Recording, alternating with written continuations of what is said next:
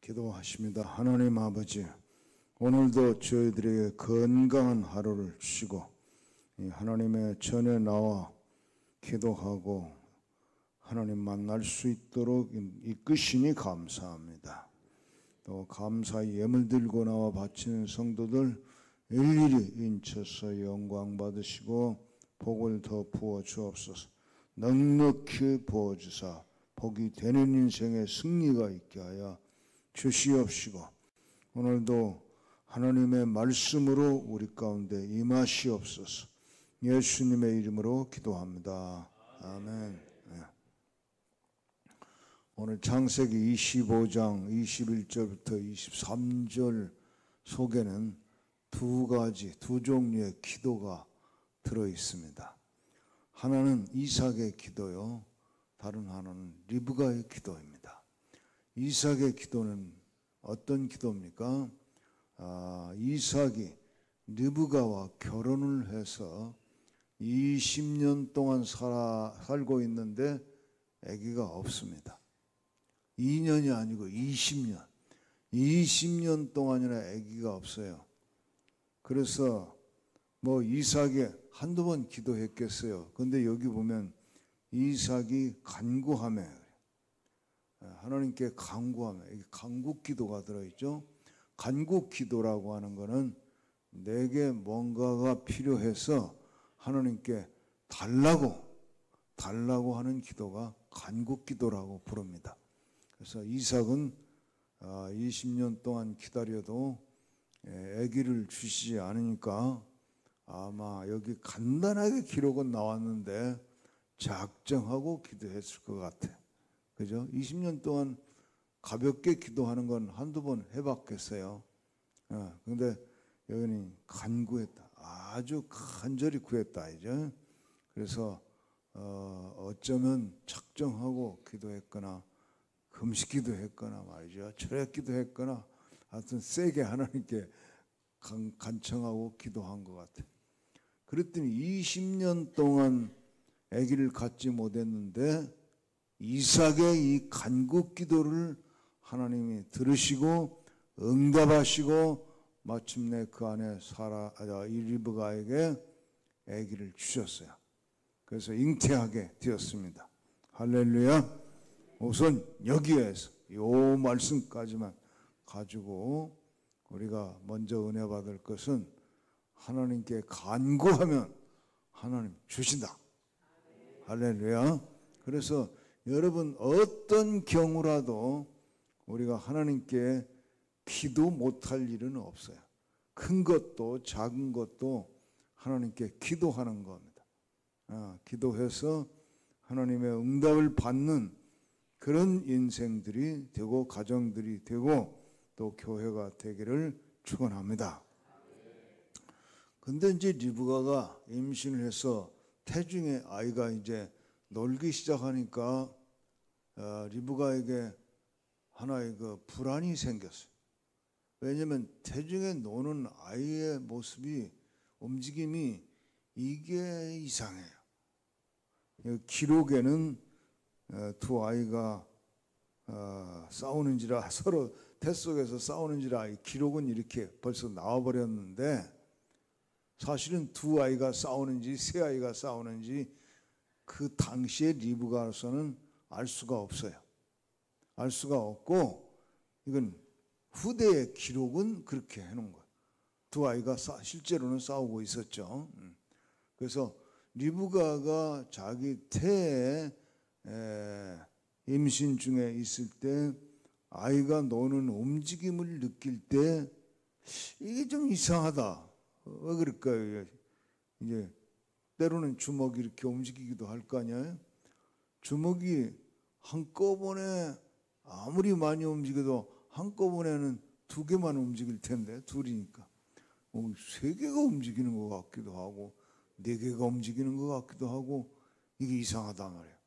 그래서 사실은 리브가는 이게 이상하다고 느꼈고 불안감을 느꼈어요. 내가 사람을 뵌 게 아니라 무슨 짐승을 뵌 건가? 왜 네 다리가 있어? 이렇게 느꼈겠죠. 지금 같으면 저러로 산부인과 가서 사진을 초음파 검사하든지 하면 다 알아요 지금. 근데 이삭과 리브가 시대에 초음파 검사 있어요? 없어요. 알 수가 없어요.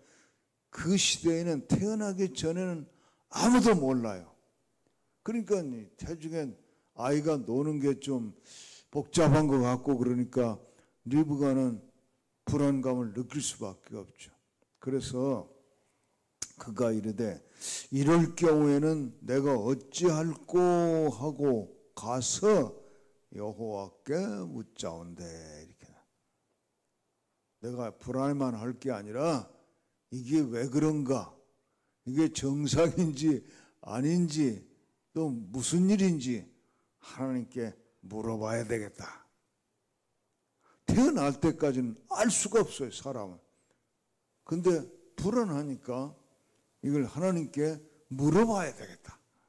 하나님은 아실 거 아니에요. 하나님이 속에 어떤 아이가 들어있는지 하나님은 아신단 말이에요. 맞죠? 하나님은 아시죠? 그러니까 아시는 하나님께 물어봐야 되겠다 하고 리브가는 기도실에 가서 물어봤다 하니까 어디로 가겠어요? 기도실에 갔다. 이렇게 우리가 이해하면 되겠지. 기도실에 가서 하나님 아이를 주셔서 감사합니다. 그런데 아이 노는 게 좀 불안해요. 왜 이렇죠?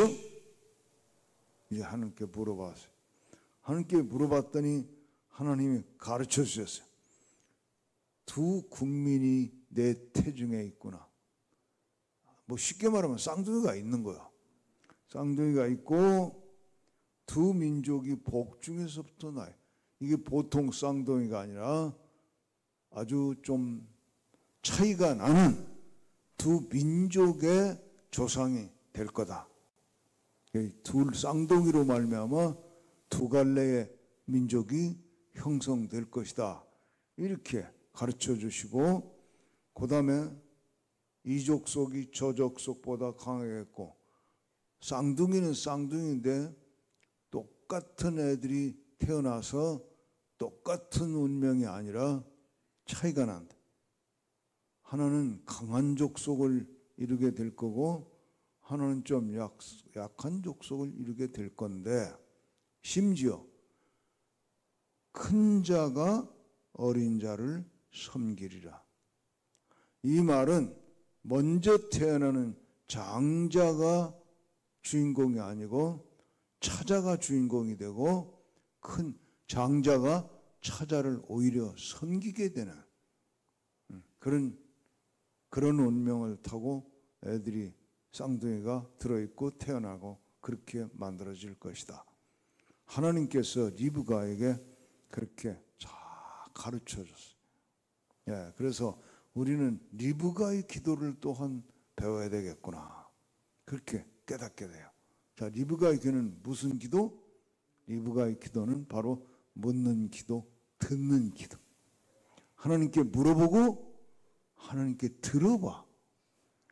근데 저도 이제 16살 때부터 예수 믿고 기도하면서 살았지만 저도 한동안은 간국 기도밖에 몰랐어요. 달라는 기도만 한 거죠. 왜? 하도 없는 게 많잖아.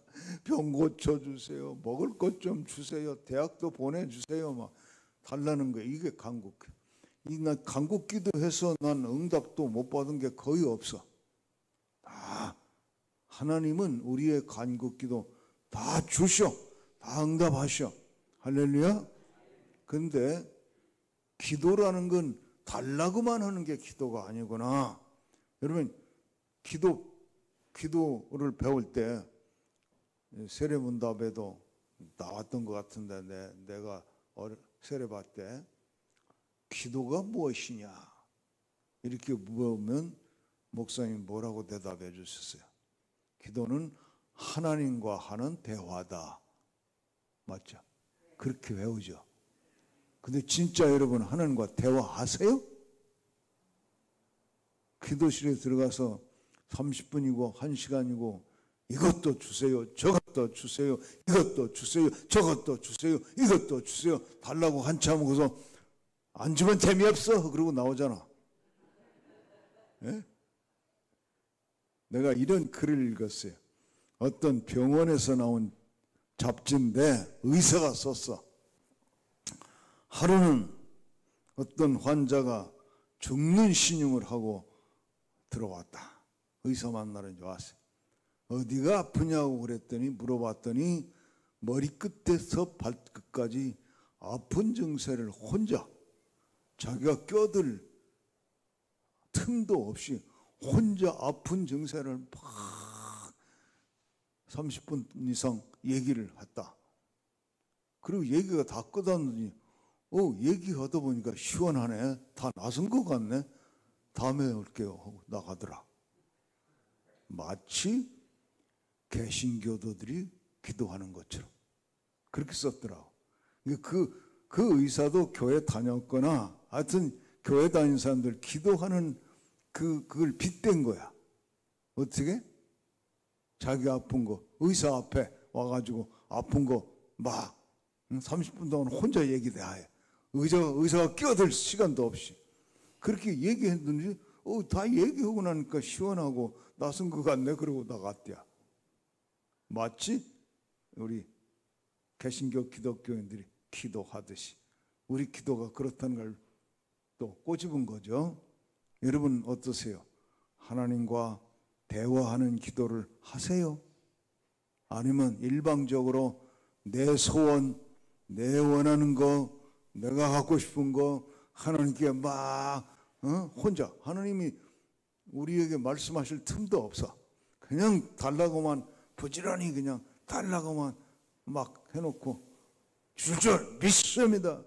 안 주시면 재미없어요. 알았죠? 아멘 하고 나가는 이런 기도 생활만 하고 있는 거 아닌지. 여러분 이 성경을 읽다 보니까 이 하나님의 사람들은 묻는 기도 듣는 기도도 많이 했구나 이렇게. 그래서 저는 늦게 이걸 깨달았어요. 읽기는 16살부터 창세기를 읽었는데 깨닫는 게 늦어서 또 뭐 신학교 가서 이런 거 안 배웠어. 누가 이런 거 가르쳐? 아니 교회에서도 이거 담임 목사님이 가르쳐 준 적이 없어. 묻는 기도 듣는 기도도 해라. 이거 가르쳐 준 적이 없어. 그냥 혼자 읽다 이거 뭐야? 이런 기도도 있네. 묻는 기도 듣는 기도. 여러분 이제라도 아무리 늦어도 깨닫는 그날이 제일 빠른 거니까 이제라도 하나님과 대화하는 기도를 좀 연습해 보시기 바랍니다. 물어보고 들어보고 하나님의 뜻이 어디에 있는지 또 내가 어떻게 살고 어떻게 행하고 어떻게 하면 좋겠는지 또 특히 사업가들 일 저질러 놓고 막 잘 안 되니까 하나님 도와주세요 막 이렇게만 기도하지 말고 시작하기 전부터 하나님 이 사업을 시작을 해도 될까요? 시작은 어떻게 하면 될까요? 어느 정도로 시작하면 될까요? 그렇게 하나님과 대화하면서 하나하나 하나님의 인도를 받아서 여러분들이 사업을 한다면 실패할 사람 없어. 할렐루야. 대표적으로 제가 다윗의 이야기를 열왕기상, 사무엘상하, 열왕기상하, 역대상하 이게 이제 겹쳐서 있잖아요. 다윗은 전쟁터에 자주 나갔더라고. 임금이 되기 전부터 전쟁터에 많이 나갔고 왕이 된 뒤로도 블레셋 군대가 쳐들어오면 또 군사를 끌고 나갔고 다윗은 전쟁터에 나갈 때마다 이기는 거야. 다윗이 전쟁터에 나갈 때마다 이긴 비결이 뭔지 여러분 아세요? 나는 읽어도 그런 거 못 봤어. 근데 묻는 기도 듣는 기도를 깨달은 다음에 읽다 보니까 그게 다 보여. 다윗이 나갈 때마다 승리하고 돌아오게 된 비결은 이 묻는 기도 듣는 기도를 했기 때문에. 어느 정도냐? 예를 들면 사무엘상서 23장 2절에 보니까 이에 다윗이 여호와께 묻자와 이르되 내가 가서 이 블레셋 사람들을 치리이까? 그거부터 물어봐. 이놈들 쳐들어왔네. 가서 한 번에 해치워버려야 되겠네. 이렇게 나가는 게 아니라 지금 저놈들 가서 한번 싸워볼까요? 이거부터 물어보는 거예요. 그냥 날 따르라 하고 가서 싸우는 게 아니라 싸우러 가기 전에 기도실에 반드시 간 거야. 기도실에 가서 블레셋을 내가 칠까요? 좀 참을까요? 더 기다릴까요? 이거 다 물어보는 거야. 더 기가 막힌 건 역대상 14장 14절에 보니까 다윗이 또 하나님께 묻자온대. 또 물었어요. 그러니까 다윗은 한 번만 기도하는 것도 아니야.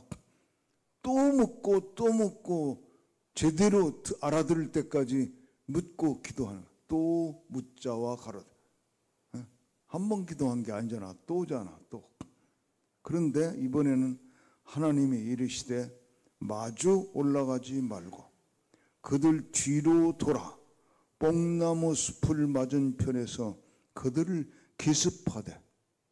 하나님이 작전까지 짜주는 거야. 막바로 지금 저쪽 북쪽에서 쳐들어왔다고 막바로 올라가서 치려고 하지 마라. 뽕나무 숲을 뒤편에 군사를 매복시켜라. 매복작전을 가르쳐주면 매복시키고 블레셋 군대가 쳐들어와서 매복된 군사들 지나서 더 예루살렘 쪽으로 더 들어오면 그때 뒤에서 기습으로 쳐라. 하나님이 이렇게 작전까지 가르쳐 주는데 다윗은 묻고 또 묻고 기도하면서 단순히 전쟁터에 나갈 때 하나님 내가 이번에 전쟁에 나가게 되었습니다. 하나님 도와주세요. 이길 수 있게 해주세요. 이렇게도 기도했겠지. 그러나 다윗의 기도는 그 정도 수준이 아니야. 하나님 어떻게 하면 이길 수 있을까요? 가르쳐 주세요. 그래서 다윗이 계속 이기니까 블레셋 사람들이 그랬다고 하잖아. 누가 스파이가 있냐? 우리 작전을 어떻게 저놈이 다 알고 거꾸로 치냐? 늘 당한단 말이야, 블레셋. 그러니까 스파이가 있는 줄로 블레셋 지휘관은 그렇게 생각한 거야. 스파이가 있긴 있지. 누구? 하나님. 하나님이 블레셋이 어디로 어느 길로 어떻게 쳐들어올 거 하나님은 다 알고 계셔. 그러니까 다윗이 하나님께 묻고 또 묻고 하니까 하나님이 작전까지 가르쳐 주셔. 그러니까 하나님 가르쳐 준 작전대로 해서 지면 말이 안 되지. 이길 수밖에 없잖아. 할렐루야. 이게 다윗이 나갈 때마다 승리하고 온 비결이구나. 여러분 사업할 때 이렇게 하나님께 묻고 또 묻고 하면서 하나님이 가르쳐주는 사업 전략을 알아들을 수 있는 정도로 우리가 기도한다면 왜 실패하겠어요? 성공할 수밖에 없어요.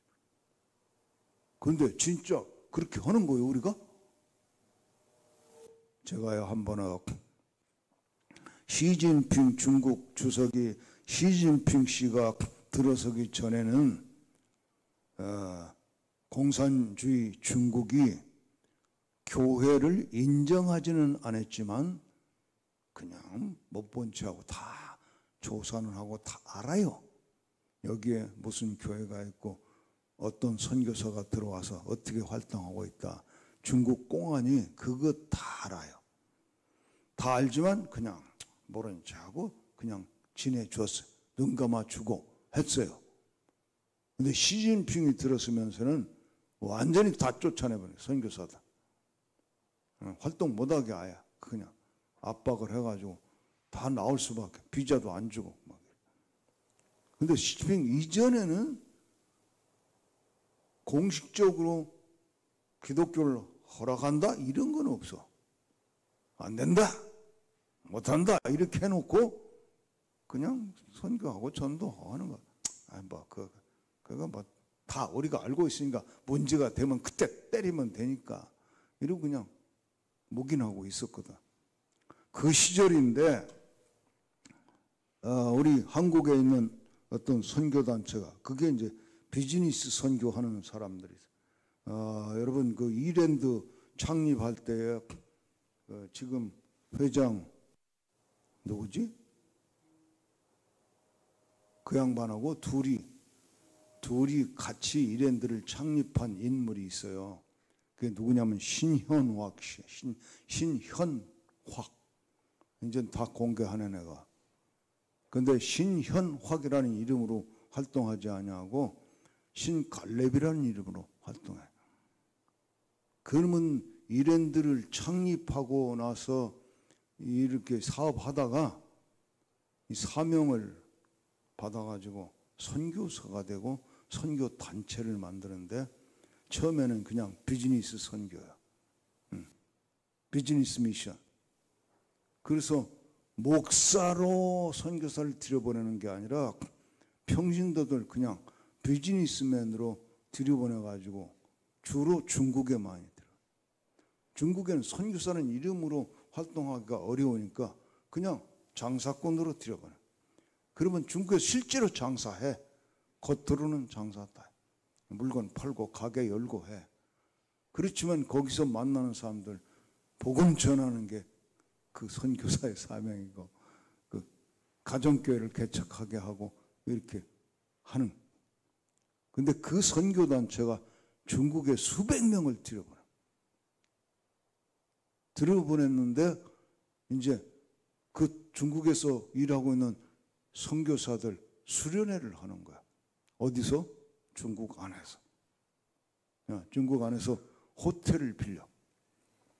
큰 호텔을 빌려가지고 거기서 먹고 자고 하면서 수련회 하는데, 겉으로는 뭐라고 이름을 붙이겠어? 그 비즈니스 회의 하는 거지. 비즈니스 컨퍼런스 하는 거야. 근데 호텔 사람들도 알아. 선교사들 수련회 한다는 거 알아. 그렇지만 와서 지금 자기들 돈 벌어주니까 모른 체 하고 그냥 거기서 수련회 하는 거야. 근데 그 수련회 강사로 제가 한번 갔었어요.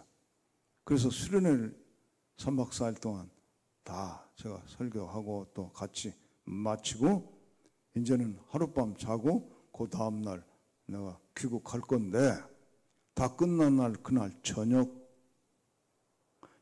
식사에 나를 좀 모시겠다고 개인적으로 이제 주최 측에 다 얘기하고, 저녁 식사는 자기가 모시겠다고 나를 초청한 선교사님이 있었어요.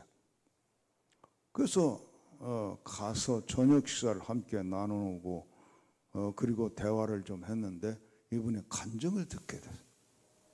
간증을 들어보니까 그 양반이 누구였냐면 헌트, 옷 만드는 이랜드 계열사죠. 헌트 사장 하시던 분이야. 이분이 원래 헌트라는 회사를 창립한 사람은 아니고, 이 헌트 회사가 IMF 때 망할 뻔했대요. IMF 때 헌트도 이제 넘어갈 뻔 했는데, 그때 이사들이 전문 경영원, 전문 CEO라고 그러죠. 전문 CEO, 전문 경영인을 우리가 모시고라도 이 회사 살려야 되지 않겠냐 해가지고, 누가 이 회사를 맡으면 살려줄 수 있을까 하고 찾을 때에 그 발탁된 인물이 그 양반인데, 뭐 이젠 은퇴했으니까, 그 양반도 은퇴했으니까 이름 밝혀도 문제 없을 거예요. 이흥훈 씨야. 이흥훈 그 당시에는 집사님이었어요. 이흥훈 집사였는데 헌트 사장으로 이제 선발이 된 거야. 헌트를 맡아서 이제는 다 넘어가는 이 헌트 회사를 살려야 되는 사명을 띠고 맡은 거야. 근데 그걸 살리던 이야기를 하는 거야. 자기가 무슨 재주가 있다고 쓰러지는 헌트를 일으키고 세우고 할 수 있겠습니까? 나는 하나님밖에 없습니다. 나는 철저하게 기도로 사업한 사람입니다. 그래서 이흥훈 씨는 새벽마다 이 교회에서 하는 새벽 기도에 꼭 나갔다고 그래요. 나와가지고는 목사님 새벽 설교 듣고 각자 기도해서 기도하고 돌아가십시오 하면 그때부터 자기는 1시간 이상씩 기도한대. 기도하는데 무슨 기도를 하냐? 새벽 기도 가서는 주로 중보 기도를 했대. 목사님을 위해서도 기도하고 교회 부흥을 위해서도 기도하고 그리고 자기가 한 목장을 맡고 여기는 구역이라고 그냥 쓴다고 그랬죠. 한 구역장인 거죠. 구역장, 목장. 자기가 맡은 그 목장의 식구들 한 사람 한 사람 마치 목사님이 그렇게 축복기도 하듯이 자기 목장의 목원들을 위해서 일일이 축복기도 중복기도 하고 그리고 자기가 또 섬기고 있는 선교사님들을 위해서 중복기도 하고 우리가 쉽게 얘기하는 나라와 민족을 위해서도 기도하고 그게 기도하다 보면 1시간씩 한대요. 기도의 사람이죠. 그리고 저녁 9시면은 이제 자기 또 기도실에 들어가는 그거는 예배당으로 안 오고 자기 서재 한쪽에 기도실로 딱 정해놓고 거기 들어가.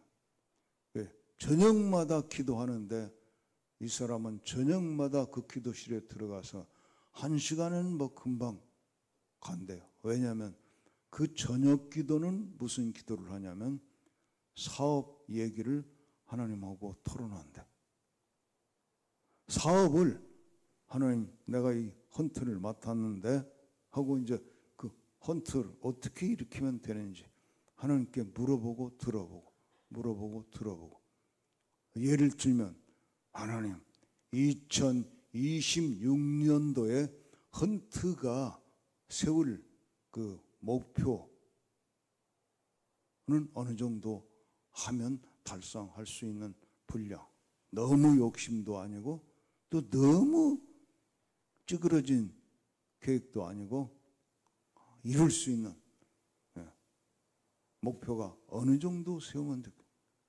100억을 세울까요? 1000억을 세울까요? 나 그 액수는 모르겠는데 하여튼 그 회사 형편에서 상상할 수 있는 금액을 가지고 하나님께 물어본다. 응답될 때까지 기도한다. 그냥 물어보고 들려올 때까지 하나님이 100억을 해라 또는 1000억을 해라 이게 귀로 들려오는 건 아닌데 기도하다 보면 영감으로 느껴지게 하신다는 거예요. 성령이 감동으로 하시는 거죠. 영감으로 듣는 거예요. 이 귀로 들으려고 하다가는 또 이상해져. 그래서 영감으로. 그러면 그 정도 기도하고 끝나는 게 아니라 모든 과정을 기도해. 하나님 그러면 남성복은 몇 %, 여성복 몇 %. 또 더 세분해서 여성복 중에서도 아가씨 옷은 몇 %, 아주머니들 옷은 몇 %, 미스 옷은 몇 %, 미씨 옷은 몇 %, 또 어린이 옷은 몇 %. 이것 다 하나님께 물어본대. 그 사업 전략 자체를 하나님하고 짜는 거야. 그러면 또 이렇게 물어봐. 그럼 아가씨 옷을 어떤 디자이너에게 아가씨 옷의 디자인을 맡길까요? 어떤 디자이너에게 남성복 디자인을 맡길까요? 그렇게 다 물어보는데. 그런데 어느 해는 심지어 자기나 회사에 고용되어 있는, 직원이 되어 있는 디자이너들이 있는데도 불구하고 하나님이 가르쳐 주시기를 니네 회사가 데리고 있는 디자이너만 가지고는 내년 유행을 적중시키지 못한다. 저기 어디에 있는 디자인 연구소에 디자인을 맡겨라. 그럼 다른 연구소에 맡기면 자기 디자이너들은 오히려 놀리고 다른 디자인 연구소에 맡기면 돈 그만큼 더 들고. 그런데도 하나님이 가르쳐줬기 때문에 망해도 내가 망하는 거지. 나는 하나님 믿어. 그리고 내 기도를 들으시고 가르쳐주신 성령의 영감을 나는 알아들었어. 그러니까 그대로 하겠다 해가지고 디자이너 다른 또 자기 디자인에게 맡길 부분도 맡기지만 다른 디자인 연구소에 맡겼는데 그 해 대박을 쳐버려. 돈을 막 벌기 시작하는 거죠. 헌트가. 돈이 이랜드 계열사 중에서 이 헌트가 돈을 제일 많이 벌어다 주는 거야. 그렇게 되니까 이사들이 막 이렇게 째져가지고 이 양반 대우를 하는데 그 당시에도 연봉이 몇 억씩 되는 거야. 월급이 그러니까 몇 천만 원씩 된다는 얘기야. 고용된 CEO니까. 그 양반 하는 얘기에 나는 얼마나 감동을 받았냐면, 그래서 저는 기도가 늘어났어요. 그래. 왜 늘어나? 아니 돈을 많이 주시니까요.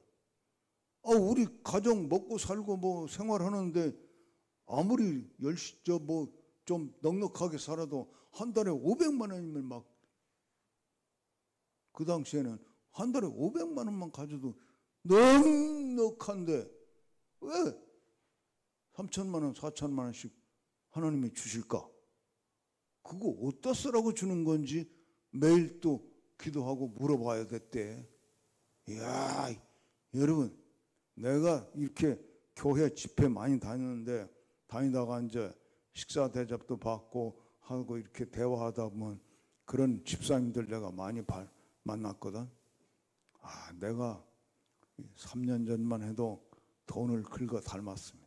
하루에도 막 수백만 원씩 긁어 담았는데 그냥 쫄딱 망해가지고 지금 빡빡히면서 재기하느라고 고생 좀 하고 있죠.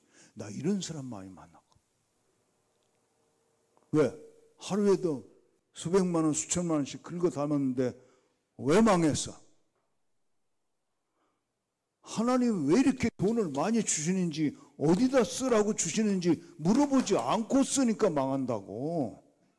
근데 이 양반은 그렇게 돈이 잘 벌리고 자기가 쓸 수 있는 돈도 이게 많이 월급도 또는 연봉 이렇게 많이 받고 그러니까 그것 때문에 또 기도가 늘어났다는 거예요. 하나님 이거 누구 어디다 쓰라고 이렇게 많이 주세요. 그렇지 않은 벌기 위해서만 기도하는 게 아니라 쓸 때도 기도해야 돼.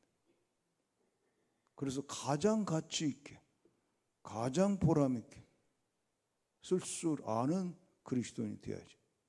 그래서 이 양반은 뭐 장학금도 많이 내놨고 선교단체 후원금도 많고 그렇게 썼대요. 그렇게 몇 년 동안 하다 보니까 무슨 생각이 드냐면, 야, 이거 돈 많이 벌고 돈 많이 쓰는 것도 이거 별거 아니네, 인생이. 여러분, 이 말 들을 때 무슨 생각이야? 아이고, 나도 원 없이 벌어보고 원 없이 써보고 돈 많이 벌고 돈 많이 쓰는 것도 별거 아니네. 한번 해보고 싶지. 하세요. 하나님과 함께 하세요. 그래서 이흥훈 집사님이, 그 당시 집사님이 그렇게 또 하나님께 기도했대. 하나님, 이 돈을 이렇게 많이 벌게 하시고 많이 써보게 하셨는데 너무 감사한데 이 돈 벌고 돈 써보니까 이것도 별거 아니네요. 좀 더 가치 있는 인생이 없을까요? 내 남은 인생 이제 늙기 전에 좀 더 가치 있는 인생을 좀 살고 싶은데 돈 많이 벌고 돈 많이 쓰고 이것만 가지고는 나는 만족이 안 되네요. 좀 더 가치 있는 일에 내가 어떻게 살아볼 수 있는 길은 없을까요? 하나님께 그렇게 물어봤더니 어느 날 그런 음성이 들려. 너 그럼 선교사 한번 해볼래? 그래. 선교사요? 그리고 그 선교사라는 생각을 가지고 구체적으로 기도하다 보니까 선교사 어떻게 내가 목사 아닌데 사업가인데 어떻게 선교하나? 선교사 어떻게 선교를 내가 할 수 있죠? 또 물어보면서 기도하다 보니까 선교에 대한 구상까지 하나님이 쫙 보여주시고 알았습니다. 그래서 그냥 딱 헌트 사장직을 내려놓고 중국 선교사로 들어가. 중국 선교사로 들어가서 제일 먼저 한 게 유치원 세웠어. 유치원. 중국의 유치원을 세우되 하나님께서 주신 지혜가 아주 시설도 1급으로 최고급으로 하고 교사도 최고 잘 가르치는 교사들로 찾아내고, 그러나 그 교사들은 이제 예수 잘 믿는 사람이야 이제 해가지고 소문이 유치원 중에는 이 유치원이 최고다 하는 소문이 날 정도로 만드는 전략을 한 거야. 그랬더니 공산당 간부들이 자기 자녀, 자기 손녀 다 여기 보내는 거야. 그런데 그 유치원에서 성경을 가르칠 수 있느냐? 없어요. 공식적으로 가르칠 수 없어. 그럼 어떻게 가르치느냐? 이 사람이 기도하다 보니까 다 지혜가 그런 거예요. 비록 어린아이들이지만은 세계 4대 성현의 말씀. 여러분 우리도 초등학교 때인가 그거 배우자. 4대 성현 뭐요? 4대 성현 중에 들어가는 게 중국 사람으로는 공자인가 맹자인가? 나도 이제 헷갈리네. 옛날에 배웠는데. 누구요? 4대 성현. 소크라테스. 부다. 부처. 예수님. 하나는 공자인지 맹자인지 모르겠네. 하여튼 들어가. 그러면 4대 성현 이건 뭐 세계적으로 다 알고 가르치는 거니까 4대 성현의 말씀 이런 거 가르치는 거야. 아이들에게. 아이들 수준으로 말로 가르치는 거지. 그러면서 먼저 이제 공자님 말씀 몇 개 가르치는 거지. 좋은 걸로 뽑아서. 부처님 말씀도 몇 개 뽑아. 그 예수님 말씀 뭐 가르치겠습니까? 성경 가르치는 거지 거기서.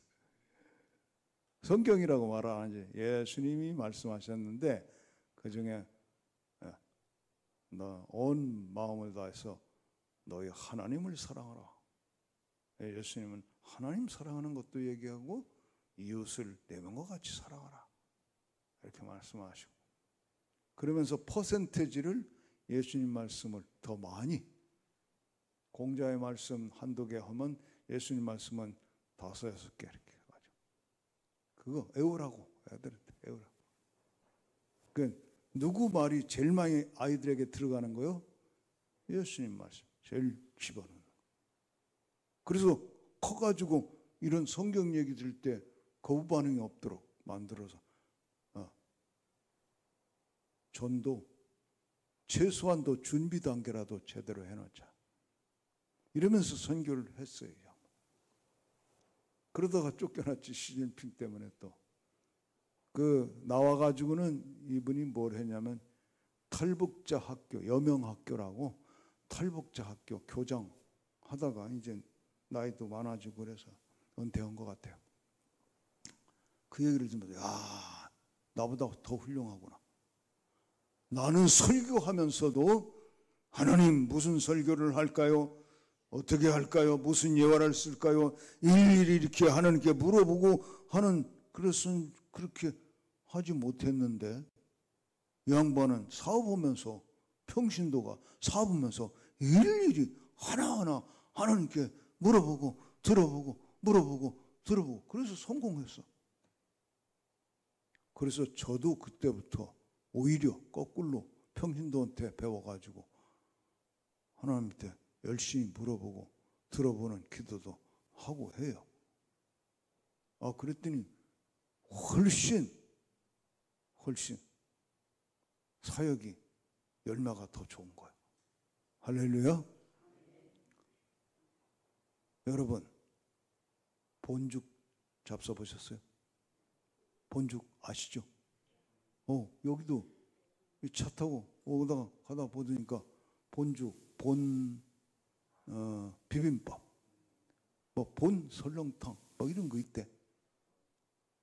우리나라에서요, 이 요식업 음식 만들어 파는 회사로서 제일 큰 회사가 이 본죽이야.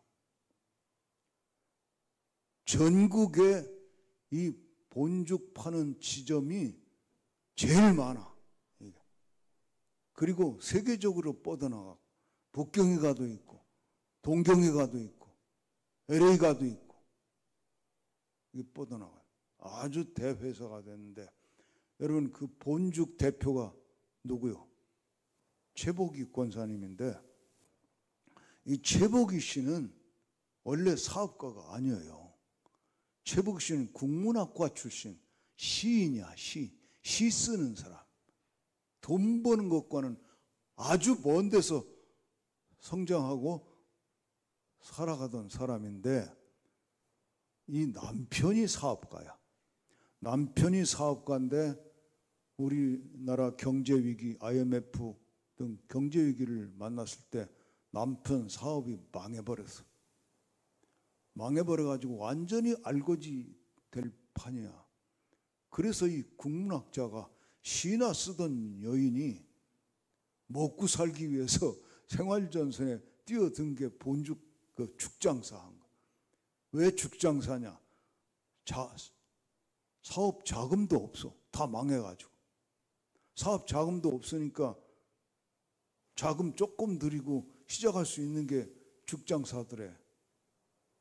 근데 놀라운 건요, 죽장사 1년 동안은 돈을 못 벌었대요. 여러분, 죽을 누가 사 먹어? 예?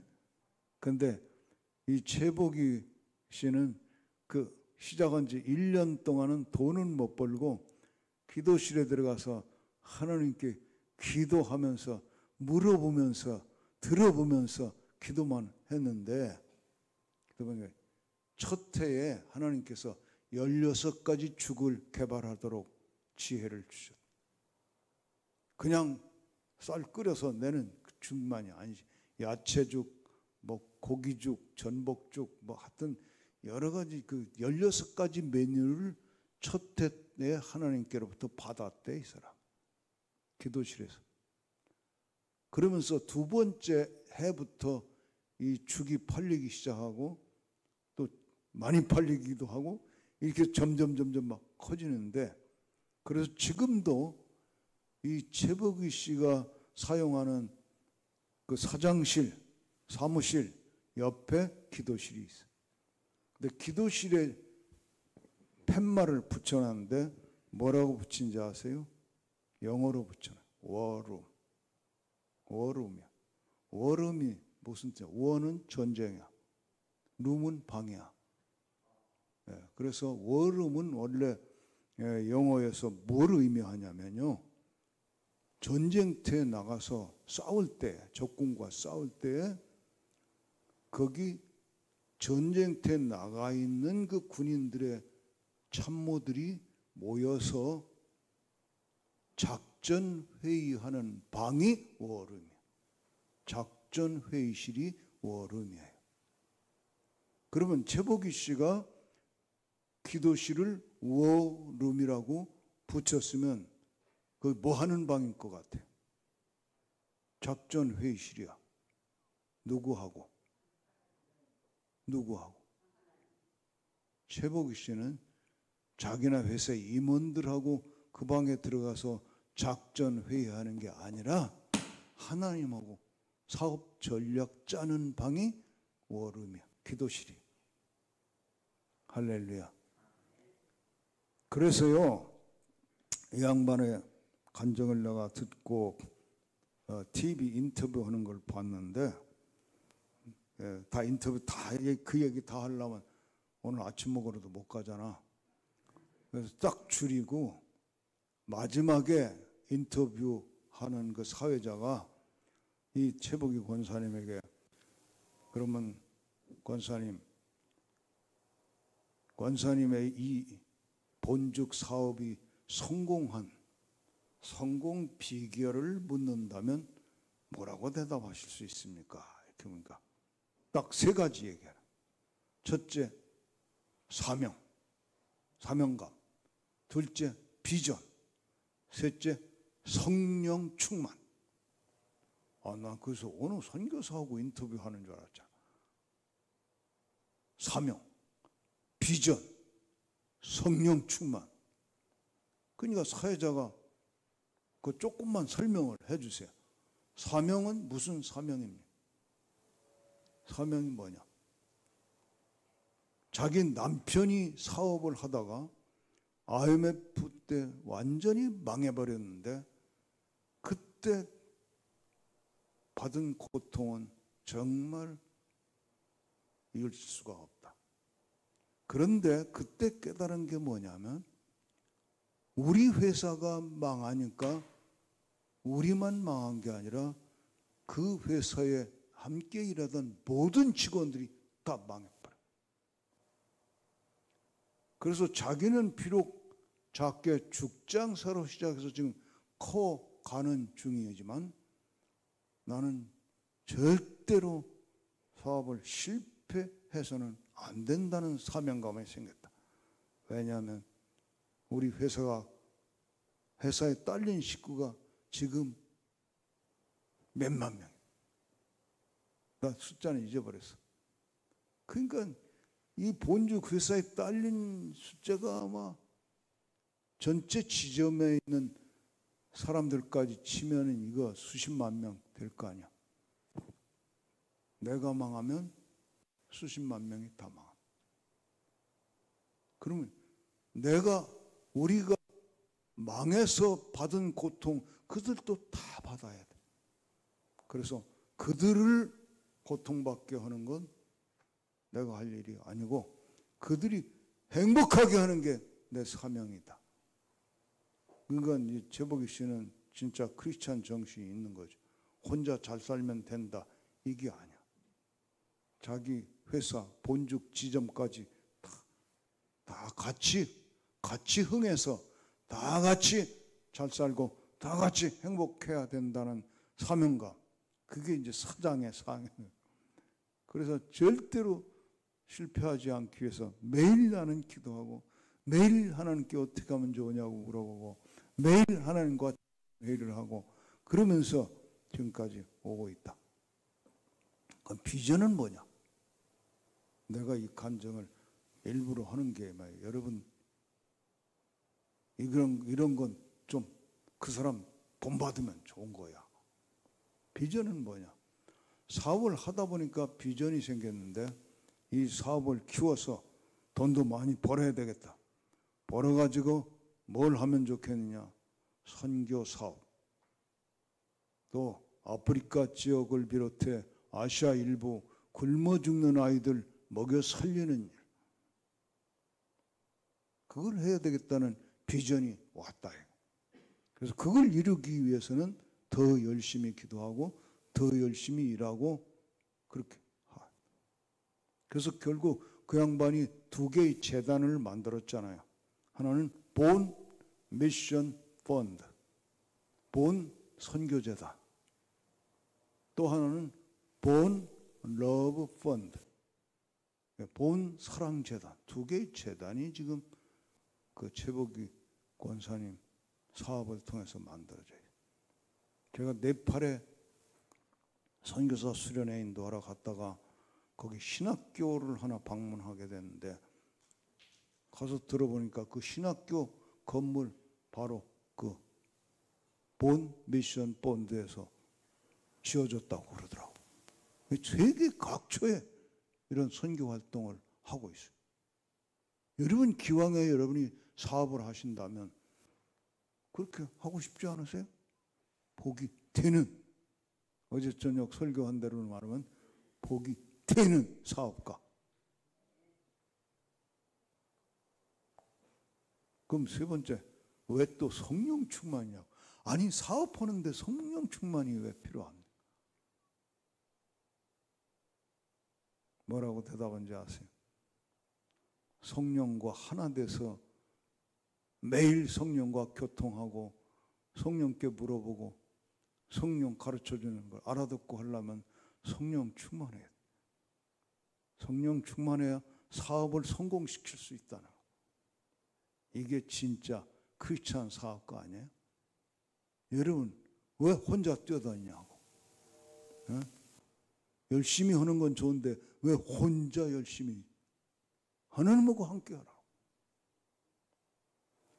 주일날마다 목사님이 축도가 무슨 축도를 하고 있어?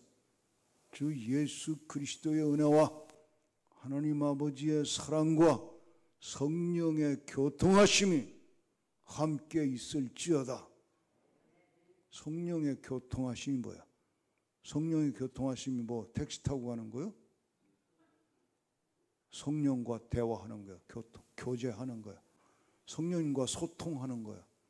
그걸 주일마다 축복하는데 왜 그 축복을 못 받냐고. 묻는 기도 듣는 기도 안 하니까 못 받지.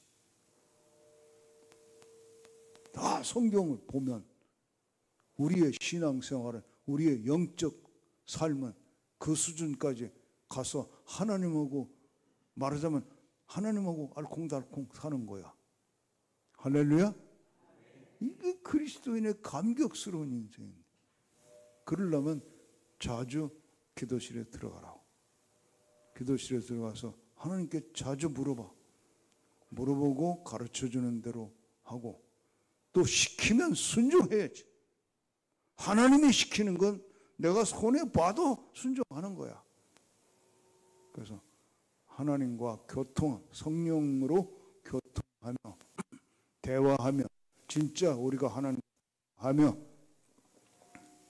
그래서 우리 이 사랑 성도들로 말미암아서 우리 기독교의 이 문화 자체가 바뀌게 해야 돼. 하나님 믿는다고 하나님 상관없이 살아. 그냥 딱 하나님 살아서 제멋대로 해놓고 일 저질러 놓고 잘 안 되면 하나님 좀 살려주세요. 왜 그렇게 살아? 처음부터 하나님하고 상의하고 논의하고 하나님의 뜻도 깨닫고 하나님의 마음도 깨닫고 하나님이 주시는 지혜도 얻고 작전도 얻어서 해나가면 얼마나 잘하겠어요. 야, 여기 일당백이야. 여러분들이 그런 기도 더 연습을 하시고 여러분 자녀들 그렇게 지도하시고 기도하되 하나님께 달라고만 해라. 그게 기도만이 아니야. 하나님과 교통하는, 물어보고 들어보고 대화하는 기도, 함께 사는, 그렇게 되기를 축원합니다. 기도하십시다. 사랑과 은혜가 풍성하신 하나님 아버지, 우리가 미처 깨닫지 못해서 하나님께 기도하는 것은 그저 내 원하는 대로 달라고만 소리 지르는 것이 기도인 줄 알고 살았는데, 보니까 하나님과 대화하는 더 깊은 기도, 더 감격스러운 기도를 가르쳐 주셔서 감사합니다. 이 부족한 적도 늦게 깨달아서 얼마나 후회스러운지 모르는데, 우리 성도들 다 이런 기도 생활을, 깊이 있는 기도 생활로 가서 인생을 승리하고 복이 되는 역사가 이루어지게 하여 주옵소서. 예수님의 이름으로 기도합니다.